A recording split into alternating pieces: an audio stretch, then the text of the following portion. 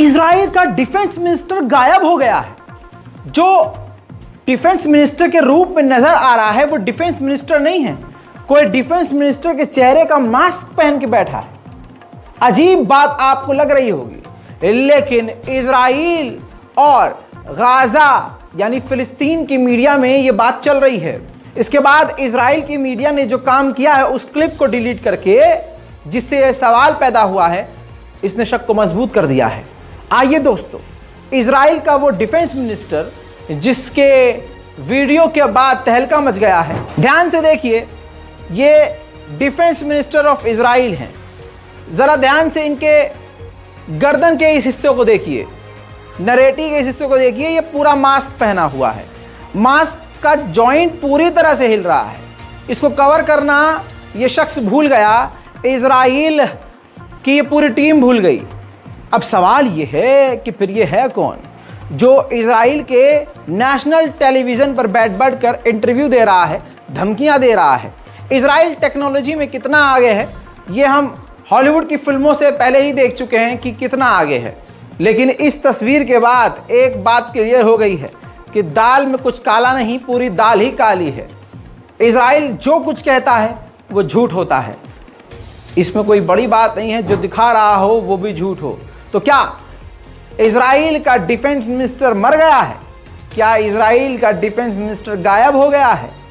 क्या चल रहा है इजराइल की सरकार के अंदर, ये किसी को नहीं पता। लेकिन इस तस्वीर ने दिमाग लोगों का घुमा दिया है। आपको क्या लगता है? वीडियो को पीछे करिए, दोबारा देखिए और जवाब दीजिए नीचे कमेंट में कि आपकी क्या सोच है। बहरीन के क्राउन प्रिंस का बयान सुनाना चाहूंगा, सलमान बिन हमीद का, जिन्होंने हमास की निंदा करी है और इजराइल से गुजारिश की है कि जल्द से जल्द ये जंग रोक दी जाए।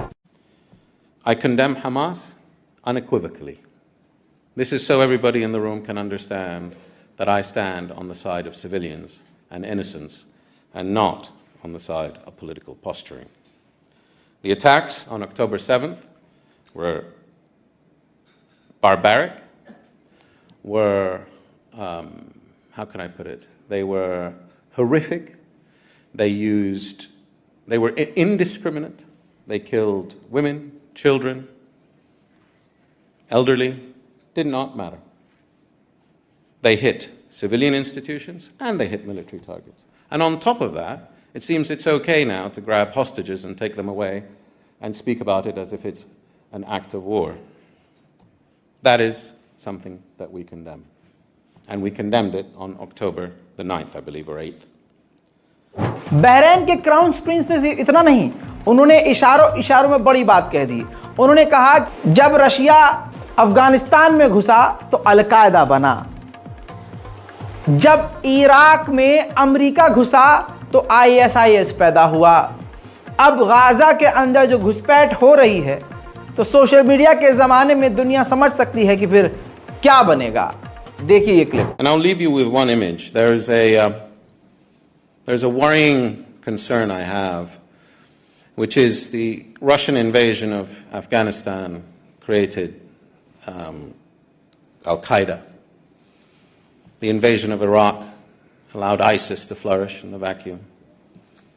Think what this will create in the age of social media. Not only do we risk the abject misery of a whole population, but we are creating the conditions for acts of violence to spread all over the world. And failing our inability to stop it, so encouraging them to do those things that need to be done to stop the war, I think we will be looking at a far more difficult next 20 years. Israel का propaganda खुद ही expose हो जा रहा है और पूरी दुनिया में ये जलील हो रहे हैं। वो तो इज़्ज़ो मन तशा व तो ज़िल्लो मन तशा, इज्जत और जिल्लत देने वाला अल्लाह है, भले ही तुम्हारे पास कितनी ताकत हो। हैं? अब इजराइल के इस सोल्जर को देखिए, हमास के हम बेस में घुसे जो कि एक अस्पताल था। अब इन गुड़छल्लों को कुछ पता ही नहीं है कि अरबी में क्या लिखा है। असल में कैलेंडर था वो, जिस पर दिन के नाम लिखे थे। अरबी में Sunday Monday Tuesday Wednesday Thursday Friday Saturday Sunday, इस तरह से टाइम टेबल लिखा हुआ था, दिन लिखा हुआ था, किसी का नाम नहीं था। इन लपरझंटों ने अंधभक्तों की तरह यह बताया कि ये वो टेररिस्ट हैं, वो हमास के टेररिस्ट हैं जो 7 अक्टूबर में हमले में शामिल थे।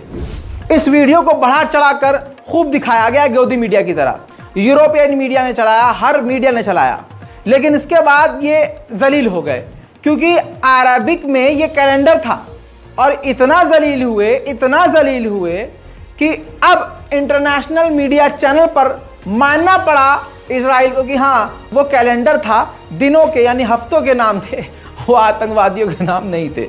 देखिए, Sure, that's true. I'm not sure that's true. Military spokesman on Monday point to a calendar in Arabic and say these are the names of terrorists on them. That's false. Can you accept that here and now? I'm not aware of the incident. Let's put up the image. We have the image. You have no I can't read comment. Arabic. It doesn't help me. I have Well, no comment. I'm not familiar with the Does your incident. spokesman But read Arabic? hang on. I have a question, Matty. You're a journalist. Have you made a professional mistake ever? Not No, intentionally, but have you made a professional mistake?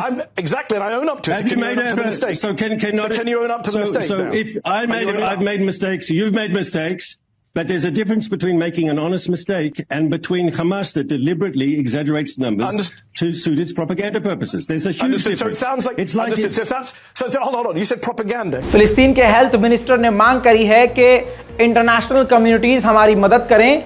अल-शिफा अस्पताल में 34 नवजात शिशु हैं, उनको West Bank के अस्पताल में shift करने के लिए आवाज़ उठाएं और हमारी मदद करें। उधर फिलिस्तीन अथॉरिटी के राष्ट्रपति महमूद अब्बास ने कहा कि इसी वक्त बाइडन से मैं अपील करता हूं कि इसी वक्त आप बीच में आइए और इस जेनोसाइड को जो इजराइल के द्वारा करवाया जा रहा है बंद करवाइए। उधर सीरिया में अमेरिका का बेस है अल तन्फ के इलाके में, जहां पर एक ड्रोन हमला हुआ है जिसमें नुकसान हुआ है, सैनिक घायल हुए हैं अमेरिका के। 7 अक्टूबर को बॉर्डर क्रॉस करके हमास ने इजराइल के अंदर क्या तांडव मचाया आपने देखा।